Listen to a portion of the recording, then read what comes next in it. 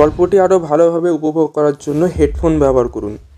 গল্প টিভি পর্দায় আজ শুনবেন তান্ত্রিক ভূতনাথের রহস্য। দিনের শেষে মন খারাপের অন্ধকার নেমে আসতেই আমি আর রাজা রওনা দিলাম পুরোহিত ভূতনাথের বাড়ির দিকে। পথে যেতে যেতেই সদ্য ভাজা গরম সিঙ্গারার গন্ধ নাকে এসে পৌঁছালো। যাক, ভালোই হলো, পুরোহিত মশাইয়ের বাড়ি যখন যাচ্ছি কটা সিঙ্গারা নিয়েই যাওয়া যাক। একই শীতের সন্ধ্যা, এই গরম গরম সিঙ্গারা আর বাবা ভূতনাথের গল্প, ওহ, আর সন্ধ্যেটা পুরো জমে যাবে।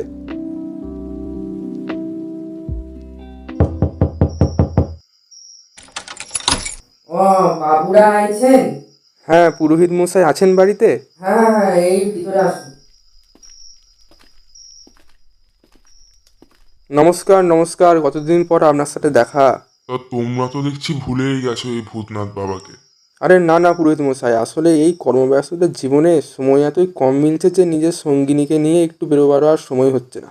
তা বাবুরা, চায়ে আদা দেবো নাকি? হ্যাঁ হ্যাঁ, বেশি করে আদা দে, বেরিয়ে এসে গলাটা একটু ধরেছে। কি চলবে তো? হ্যাঁ হ্যাঁ, আমাদের কোনো আপত্তি নেই।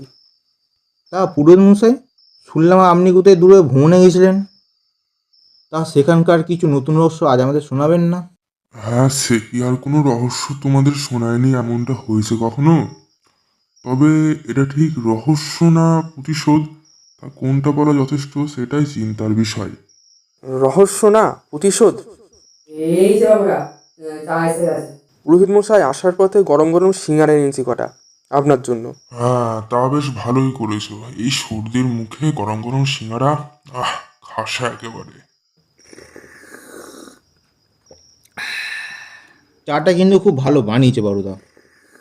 শুরু করুন পুরোহিত মশাই সেই রহস্য। পশ্চিমপুর নামটা কখনো শুনেছ কি? পশ্চিমীপুর? না না, আগে কখনো তো শুনিনি। শুনেছিলাম সেখানে এক জাগ্রত কালীমায়ের মন্দির আছে। তা বহুদিন ধরেই ইচ্ছা ছিল একবার সে মায়ের থানে ঘুরে আসার, মাকে দর্শন করে আসার। তাই এখন এই শীতের সময় ভাবলাম যাই একবার ঘুরেই আসি।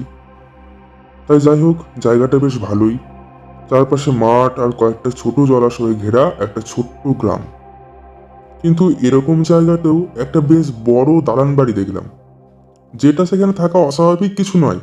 তবুও এমন একটা সুন্দর গ্রামে এই বাড়িটি কেন নির্জন? এটা দেখে মনে হলো একসময় এই বাড়িটির মধ্যে হয়তো একটা বিশাল পরিবার থাকতো। আমি যেহেতু সাধু সন্ন্যাসী মানুষ, তাই আর সেসব না দেখে মন্দিরেই দিব্যি রাত কাটাচ্ছিলাম। একদিন ওখানকার এক বয়স্ক মানুষ আমার কাছে আসে মন্দিরে গল্প করতে। কথায় কথায় আমি তাকে ওই বাড়িটির অতীত সম্পর্কে জিজ্ঞাসা করলাম। সেও আর কিছু বলতে দ্বিধাবোধ করলো না। সে বলল বাড়িটির মালিক ছিলেন একজন জমিদার, তার নাম নাকি শিব পুরুষ। কিন্তু তার মৃত্যুর পর বাড়িটি পরিত্যক্ত হয়ে গেছে। গ্রামের লোকেরা নাকি বলে শিব পুরুষের আত্মা ওই বাড়িটিতে ঘুরে ঘুরে বেড়ায়। আমি তাকে জিজ্ঞাসা করলাম, কেন, তার কি কোনো উত্তর পুরুষ নেই নাকি? সে বলল সেসব তো কেউ জানে না, তবে তাকে নাকি ওই বাড়িতে জ্যান্ত জ্বালানো হয়েছিল। আর নিজে যদি কেউ থাকতো তাহলে নিশ্চয়ই তো তার প্রতিবাদ কর্তব্যই কি। সে বলল ওই বাড়িটির সম্বন্ধে এতটুকুই সে জানে। তবে আমি সেখানে থাকাকালীন একদিন একটি মেয়ে তার বন্ধুদের সঙ্গে শহর থেকে ওই বাড়িটিতে আসে কি সব ছবি টবি তুলতে। মেয়েটির নাম নাকি মায়া। আমি ঠিক করেছিলাম সেদিন বাড়ি ফিরে আসবো, কিন্তু একটা কঠিন দায়িত্ব আমাকে বাধা দিল। কঠিন দায়িত্ব মানে? সেই শহরের ছেলে মেয়েদের দলটা ঠিক করলো তারা ওই বাড়িটাতে রাত কাটাবে। যদিও আর ফিরে যাওয়ার মতন বেলা ছিল না, ওদের ছবি তুলতে তুলতে রাত হয়ে গেছিল। গ্রামের মানুষ বারণ করেছিল ওই বাড়িটিতে থাকতে, কিন্তু কে শোনে তাদের কথা। তারা তো থেকেই ছাড়লো। তবে সেই মেয়েটি মানে ওই মায়ার সবচেয়ে বেশি আকর্ষণ হয়েছিল ওই বাড়িটির দোতলার সেই পশ্চিমমুখী জানলাটির দিকে। আসলে সেই জানলাটি দিয়ে গ্রামের সব দৃশ্য একেবারে এক নজরে দেখা যেত। তাই তার মনে হয়েছিল এটি ওই বাড়িটার সব থেকে সেরা অংশ। তবে যতই রাত বাড়ছিল না, ততই অদ্ভুত কিছু ঘটনা ঘটতে শুরু করছিল ওদের সাথে। রাতে যখন মায়া জানলাটার সামনেই দাঁড়িয়েছিল, তখন নাকি কেউ জানলার পাশ থেকে ওকে বলছিল বাড়িটা ত্যাগ করতে, নইলে নাকি সব শেষ হয়ে যাবে। সে তো প্রথমে ভেবেছিল তার মনের ভুল টুল কিছু হবে, হয়তো এখান থেকে আবার কে বলতে যাবে। কিন্তু তার এক বন্ধু মেঝেতে লাল লাল পায়ের ছাপ দেখতে পাচ্ছিল, যেটা সে আর অন্য কাউকে দেখাতেও পারছিল না। মায়া এবারে বুঝতে পেরেছিল যে না, সেটা তার মনের ভুল নয়, হয়তো এখানে অলৌকিক কিছু থাকতেই পারে। ভয় পেয়ে তারা বাড়িটির থেকে বেরোবার সিদ্ধান্ত নিল। কিন্তু তারা মায়াকে কিছুতেই সেই জানলাটির সামনে থেকে সরিয়ে আর আনতে পারছিল না। ও বন্ধুদের সাথে অদ্ভুত আচরণ করছিল। তখন ওদের মধ্যে থেকেই একজন হন্তদন্ত হয়ে মন্দিরে আসে আমার কাছে, আমাকে সবকিছু খুলে বলে। এরপর কি আর আমি হাত গুটিয়ে বসে থাকতে পারি? গেলাম সেই বাড়িটাতেই। বাড়িতে ঢুকতেই রহস্য রহস্য গন্ধ পেলাম।